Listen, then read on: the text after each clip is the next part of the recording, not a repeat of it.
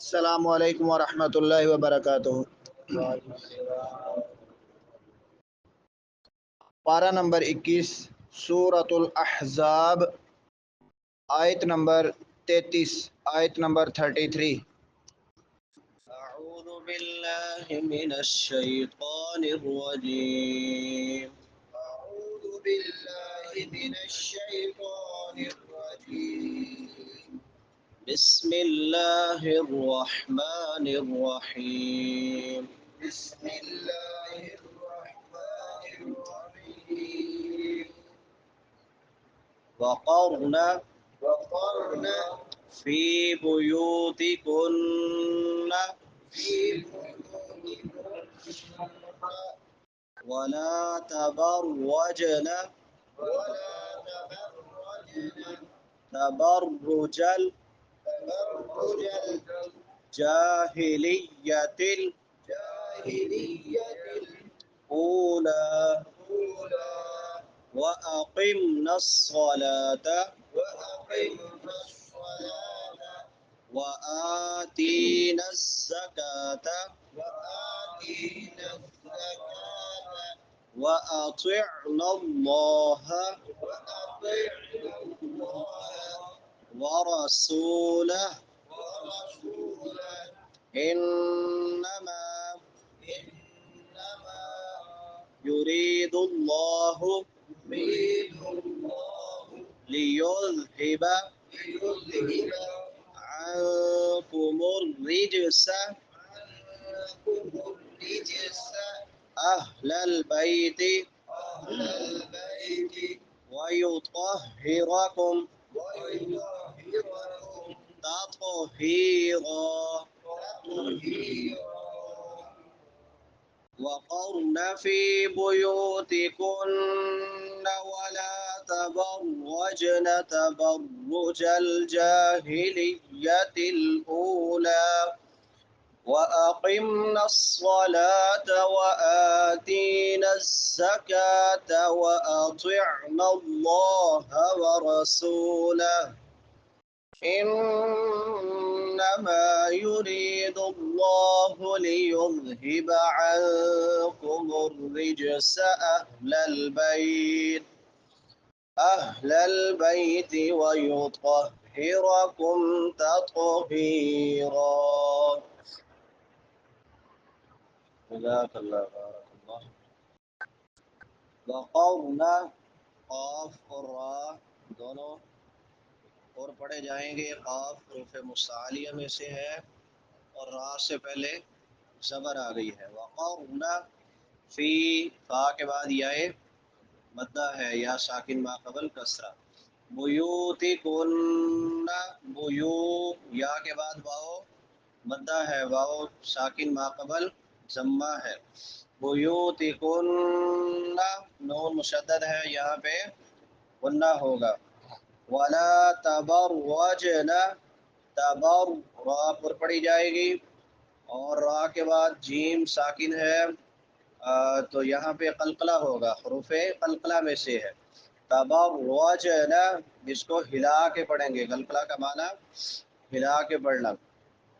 تبرج الجاہلیت، الجا، جیم کے بعد الف مدہ ہے، جاہلیہ، ہا بڑی ہا ہے، اقصی حلق سے، حلق کے آخری حصے سے، جاہلیت الاولی، واو مدہ ہے، الف کے بعد حمزہ کے بعد واو مدہ ہے، لام کے اوپر کھڑی زبر ہے، لام کو ایک الف کے برابر لمبا کریں گے۔ وَأَقِمْنَا الصَّلَاةَ، وَأَقِمْ، قاف موٹا ہوگا، اور وَأَقِمْنَا الصَّلَاةَ، میم ساکن ہے، اظہار ہوگا۔ الصَّلَاةَ، صاد سیٹی والے حروف میں سے بھی ہے اور موٹے حروف میں سے بھی ہے۔ وَأَقِمْنَا الصَّلَاةَ، لام کے اوپر کھڑی زبر ہے، الف کے برابر لمبا کریں گے۔ وَآتِينَا، کھڑی زبر ہے، ایک الف کے برابر لمبا، تی، یائے مدہ ہے، یا ساکن ما قبل کسرہ ہے، ایک الف کے برابر لمبا کریں گے۔ وَآتِينَا الزَّكَاةَ، زا سختی سے ادا ہوگا، اور کاف جو ہے یہ باریک ہے،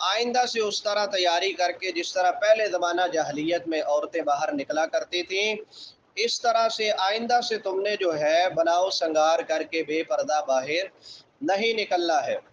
اور یہ حکم سب کے لیے ہے، سب مومنہ عورتوں کے لیے۔ لیکن اب بڑے افسوس کی بات ہے کہ وہی رواج جو اس وقت زمانہ جاہلیت کا تھا، اب یہی رواج ثقافت کے نام پر اور دوسرے کئی ناموں سے آج مسلمانوں کے معاشرے میں بھی رائج ہو چکا ہے، اور طرح طرح کے نام دے کے مسلمان عورتیں بے پردہ جو ہیں وہ باہر نکلتی ہیں۔ ماں عائشہ صدیقہ رضی اللہ تعالی عنہ فرماتی ہیں کہ حجاب کا حکم نازل ہونے کے بعد جب سودا رضی اللہ تعالی عنہا اپنی حاجت کے لیے نکلی تو وہ بھارے جسم کی تھی، وہ کسی پر مخفی نہیں رہتی تھی، ہر کوئی ان کو دیکھ کے پہچان جاتا تھا کہ یہ سودا رضی اللہ تعالی عنہا جا رہی۔ تو سید عمر بن خطاب رضی اللہ تعالی عنہ کا ان سے ٹاکرا ہو گیا، تو وہ کہنے لگے کہ سودا تم کیسے گھر سے باہر نکلتی ہو، ہم پہ تم مخفی نہیں رہتی، ہم تمہیں فوراً پہچان جاتے ہیں۔ تو سیدہ سودا رضی اللہ تعالی عنہ واپس پلٹ آئی اور اللہ کے رسول صلی اللہ علیہ وسلم گوشت کھا رہے تھے اور آپ کے ہاتھ میں بوٹی تھی، تو آگے کہنے لگی اللہ کے رسول عمر نے مجھے ایسے ایسے کہا ہے۔ تو اللہ کے رسول صلی اللہ علیہ وسلم، شام کا کھانا تھا، آپ کے ہاتھ میں ابھی بوٹی تھی کہ آپ پہ وحی نازل ہو گئی، تو اللہ کے رسول صلی اللہ علیہ وسلم نے فرمایا انہ قد اذن لکن ان تخرجن لحاجتکن، کہ اللہ تعالیٰ نے تمہیں ضرورت کے لیے باہر نکلنے کی اجازت دے دی ہے، بلا ضرورت گھر سے باہر نہیں نکلنا، اگر کوئی حاجت ہے، کوئی ضرورت ہے، ضروری ہے کہ اس کے بغیر گزارا نہیں ہے، تو پھر تم باہر جا سکتی ہو۔ اب سیدنا عمر نے کیوں یہ الفاظ کہے تھے؟ وہ چاہتے تھے کہ عورتوں پہ بالکل پابندی لگ جائے، عورتیں گھر سے باہر نکلیں ہی نہ، وہ رہے ہی گھر میں، اس لیے انہوں نے یہ الفاظ کہے تھے۔ لیکن اللہ تعالیٰ نے خواتین کو ضرورت کے تحت باہر نکلنے کی اجازت دے دی ہے، مگر اس کے لیے شرط پردے کی لگائی ہے، پابندی لگا دی ہے کہ نکلنا پردہ کر کے ہی ہے، یہ نہیں ہے کہ بے پردہ باہر نکلنا ہے۔ عورت نکل سکتی ہے باہر، نماز پڑھنے کے لیے مسجد میں آ سکتی ہے، لیکن پردہ کر کے آنا ہے، خوشبو لگا کے نہیں آنا، زیب و زینت بناؤ سنگار کر کے نہیں آنا، اگر کرنا بھی ہے تو وہ مخفی جو ہوتا ہے اس کو پردے میں چھپا کے۔ آگے فرمایا واقمنا الصلاۃ وآتینا الزکاۃ۔ اب ازواج مطہرات کے لیے عار بننے والی جو چیزیں تھیں ان سے بچنے کا حکم دینے کے بعد انہیں فرائض کی ادائیگی کا حکم دیا گیا، اور فرائض کی ادائیگی میں سے بدنی عبادتوں میں سب سے افضل عبادت نماز ہے، اور مالی عبادتوں میں سے سب سے افضل عبادت زکوٰۃ ہے۔ تو ان دونوں کا حکم دیا کہ نماز قائم کرو اور زکوٰۃ ادا کرو، اور اس کے بعد جو جامع عبادت ہے، جامع حکم جو ہے وہ یہ ہے کہ اللہ اور اس کے رسول کی ہر معاملے میں اطاعت اور فرما برداری کرو۔ اب مالدار تو تھی نہیں، تو اللہ کہہ رہے ہیں زکوٰۃ ادا کرو، تو اس میں خوشخبری ہے ان کے لیے کہ ان قریب ایسا وقت آنے والا ہے کہ مال کی فراوانی ہو جائے گی تمہارے پاس، اور اس وقت تم پھر زکوٰۃ بھی ادا کرو گی، جس طرح کہ خیبر کی فتح کے بعد تنگی کا زمانہ ختم ہو گیا، اور پھر اس کے بعد خلفائے راشدین کے زمانے میں جب روم و شام، مصر اور فارس فتح ہو گئے، یہ علاقے فتح ہوئے، تو پھر امہات المؤمنین میں سے ہر ایک کا الگ الگ جو ہے وہ سالانہ وظیفہ جو ہے وہ مقرر کیا گیا، جو تقریباً 12,000 درہم بنتا تھا۔ 12,000 درہم ہر امہات المؤمنین میں سے ہر ایک کا مقرر کیا گیا۔ لیکن وہ الگ بات ہے کہ جس طرح ان کی تربیت اللہ کے رسول نے کی تھی، اس تربیت کے پیش نظر وہ اس میں سے کچھ بھی بچا کے نہیں رکھتی تھی، سارے کا سارا اللہ کے راستے میں صدقہ کر دیتی تھی۔ آگے فرمایا انما یرید اللہ لیذھب عنکم الرجس، یعنی پیچھے جو اللہ تعالیٰ نے حکم دیا کہ نرمی کے ساتھ یا لوچدار آواز کے ساتھ آپ نے گفتگو نہیں کرنی اور جاہلیت کی طرح زیب و زینت اختیار نہیں کرنی، ان سب کو منع کرنے کا مقصد تمہاری تذلیل نہیں ہے یا تمہاری ناراضی نہیں ہے، بلکہ اللہ تعالیٰ چاہتا ہے کہ وہ تم سے ہر قسم کی ظاہری اور ہر قسم کی باطنی گندگی کو دور کر دے، اور تمہیں ہر قسم کے عیب سے خوب اچھی طرح پاک اور صاف کر دے۔ اب اس کا مطلب یہ بھی نہیں ہے کہ نعوذ باللہ امہات المؤمنین میں پہلے گندگی موجود تھی، نہیں، بلکہ قرآن مجید میں کسی چیز سے بچے رہنے کے لیے بھی اسے چھوڑ دینے کے الفاظ اللہ نے کئی جگہ پہ استعمال کیے ہیں۔ آگے فرمایا اہل البیت، اس سے پہلے یا کا لفظ جو ہے وہ محذوف ہے، چھپا ہوا ہے، یعنی یا اہل البیت، اے اہل بیت۔ اب اس آیت سے پہلی والی آیات پڑھ لیں اور اس کے بعد والی آیات بھی ہم پڑھیں گے تو اس سے مراد یہی ہے، اور ہمیں سمجھ بھی یہی آئے گی کہ اس سے مراد اللہ کے رسول صلی اللہ علیہ وسلم کی بیویاں ہیں، اہل بیت سے مراد۔ بعض لوگ کہتے ہیں نا اہل بیت میں نبی صلی اللہ علیہ وسلم کی بیویاں شامل نہیں ہیں، جبکہ پیچھے بھی بیان سارا کن کا چل رہا ہے؟ نبی صلی اللہ علیہ وسلم کی بیویوں کا۔ آگے بھی بیان کن کا چلے گا؟ نبی صلی اللہ علیہ وسلم کی بیویوں کا۔ تو اگلی پچھلی آیات کو سیاق و سباق یہ ظاہر کرتا ہے کہ اس سے مراد جو ہے وہ اہل بیت سے مراد نبی صلی اللہ علیہ وسلم کی ہی بیویاں ہیں۔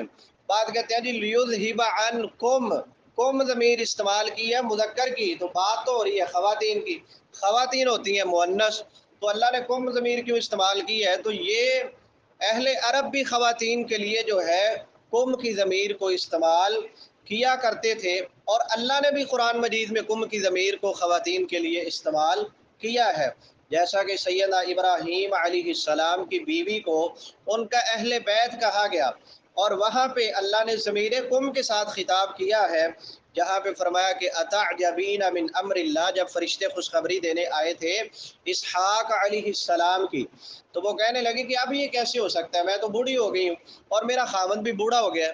تو وہاں پہ فرمایا تعجبین من امر اللہ رحمت اللہ وبرکاتہ علیکم اہل البیت۔ اب یہاں پہ خطاب ہو رہا ہے سارہ علیہ السلام کو، نبی صلی اللہ علیہ وسلم کی بیوی کو، لیکن ضمیر اللہ کون سی استعمال کر رہے ہیں؟